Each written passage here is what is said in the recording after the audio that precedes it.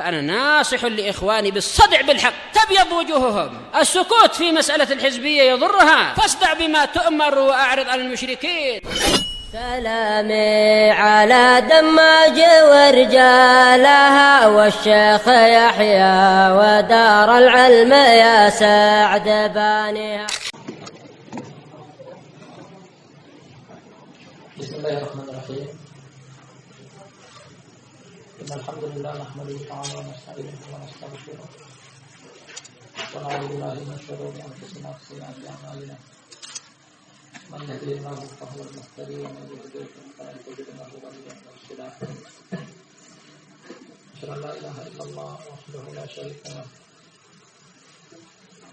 وأشهد أن محمدا عبده ورسوله عليه الصلاة والسلام تسليما مزيدا. ثم أما بعد أخواني الكرام Alhamdulillah.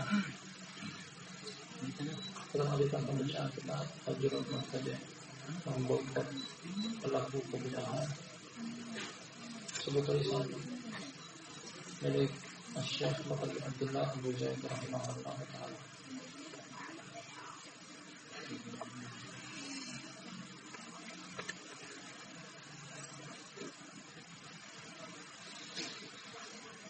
Pada pokok pembahasan yang karena penyebutan dalil-dalil dari kitab, sunnah, demikian juga ijma,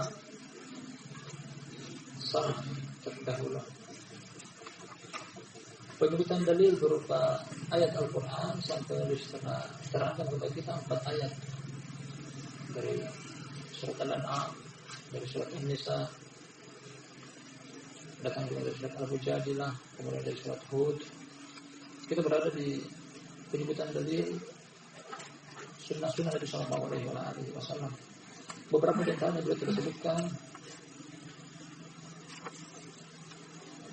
Sebagainya kita misalkan baca pada poin yang ke-7 yang berbunyi tentang al-ahadits al-mutakatsir fi hajri Nabi Sallallahu Alaihi Wasallam li ahli al-ma'asi.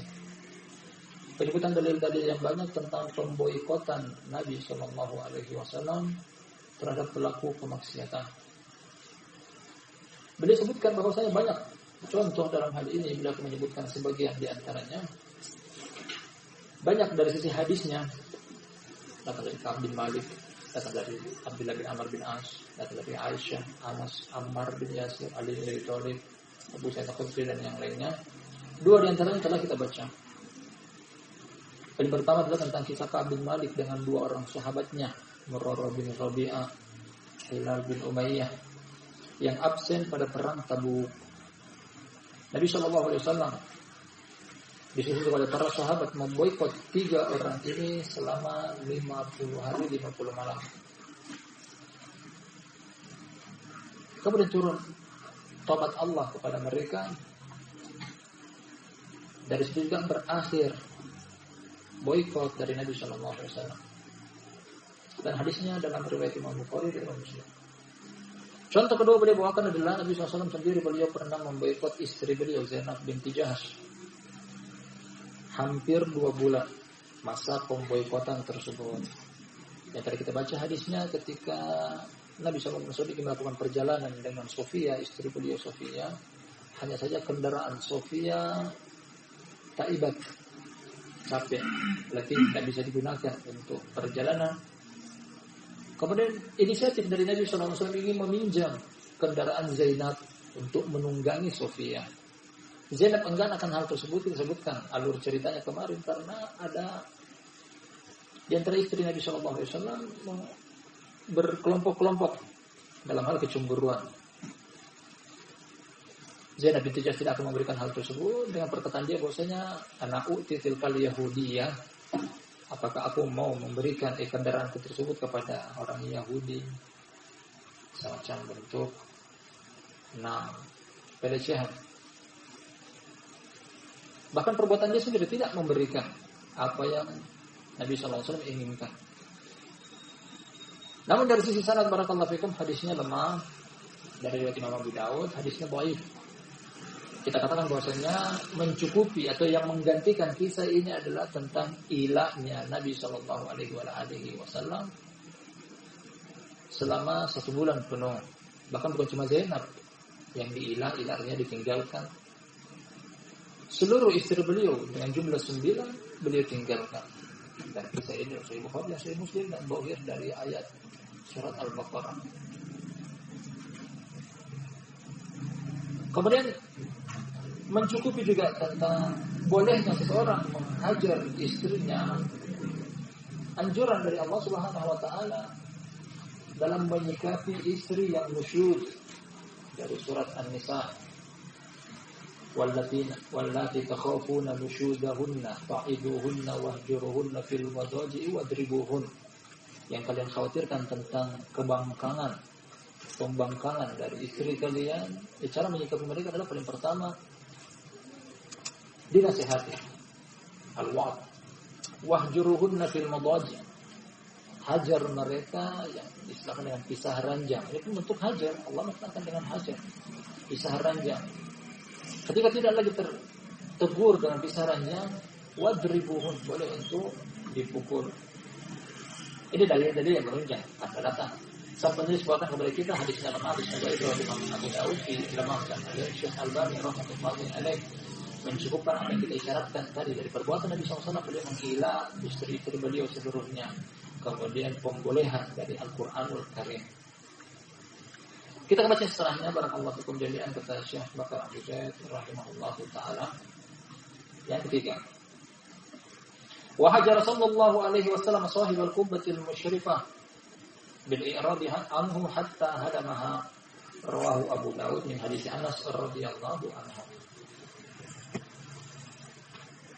Adapun yang ini sahih disebutkan oleh Syekh Albani rahmatullahi alaih dalam Sahihah. Jadi yang ketiga, kemudian Nabi SAW beliau menghajar pemilik 6 kubah yang menjulang tinggi. Kenapa beliau ikut? Karena ini semacam hal yang sia-sia, menghambur-hamburkan harta. Membangun rumah kemudian dibangun di atasnya semacam sesuatu yang menjulang tinggi yang tidak memiliki makna. Bahkan ini termasuk menghambur-hamburkan harta. Sudah tidak dibutuhkan. Beliau memboikot dengan cara berpaling dari orang tersebut sampai dia menghancurkannya sendiri. Kisahnya panjang, Imam Abu Dawud bawakan dalam Sahih beliau. Bahwasanya beliau pernah keluar rumah kemudian melihat ada satu rumah di kota Madinah yang memiliki kubah menjulang tinggi di atas rumahnya. Beliau melihat rumah tersebut, kemudian terlihat dari wajah beliau, para sahabat mengetahuinya, beliau tidak suka, ketidaksukaan dari wajah beliau. Dan betul, ketika sahabat si pemilik rumah tersebut datang kepada Nabi SAW, beliau hanya berpaling. Sini sebutkan berpaling, tidak diajak bicara, menghindar dari si pemilik maksiat tersebut. Kemudian sahabat ini merasa bahwasanya dia diperlakukan lain atau beda dari Rasulullah SAW, lain daripada sebelumnya atau biasanya. Kemudian dia bertanya kepada sahabat yang lainnya, apa kira-kira kenapa alasan Nabi SAW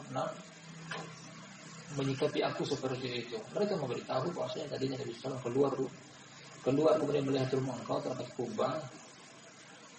Akhirnya orang tersebut mengetahui bahwasanya ini sebabnya.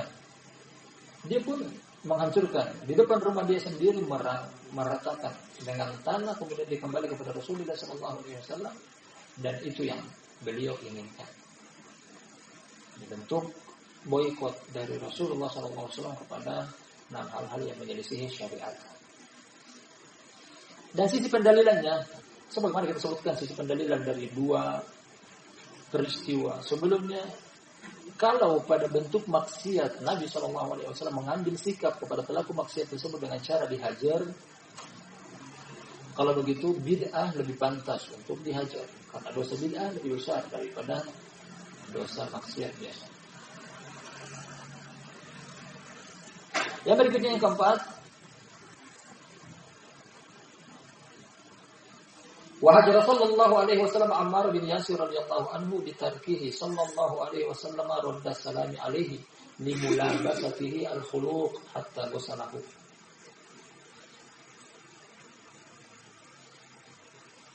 Nabi SAW beliau pernah menghajar atau memboikot Ammar bin Yasir.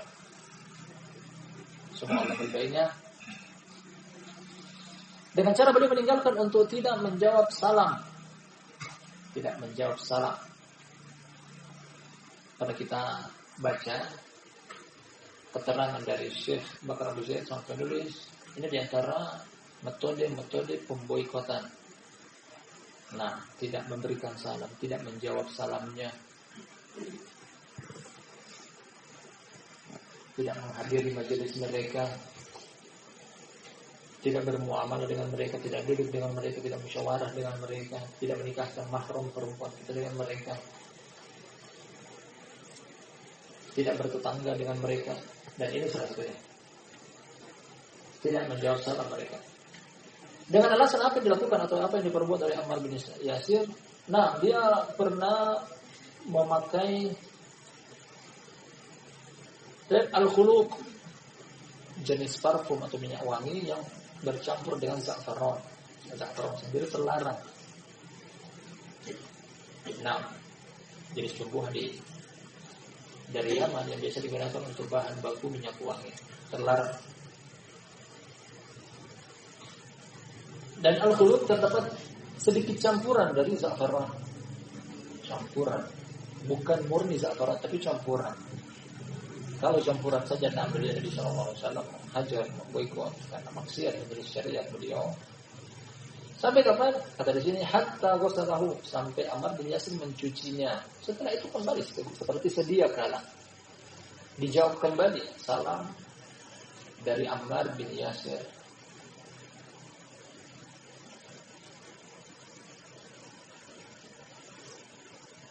Hanya saja akan datang di bagian akhir tentang tata laksana menghajar.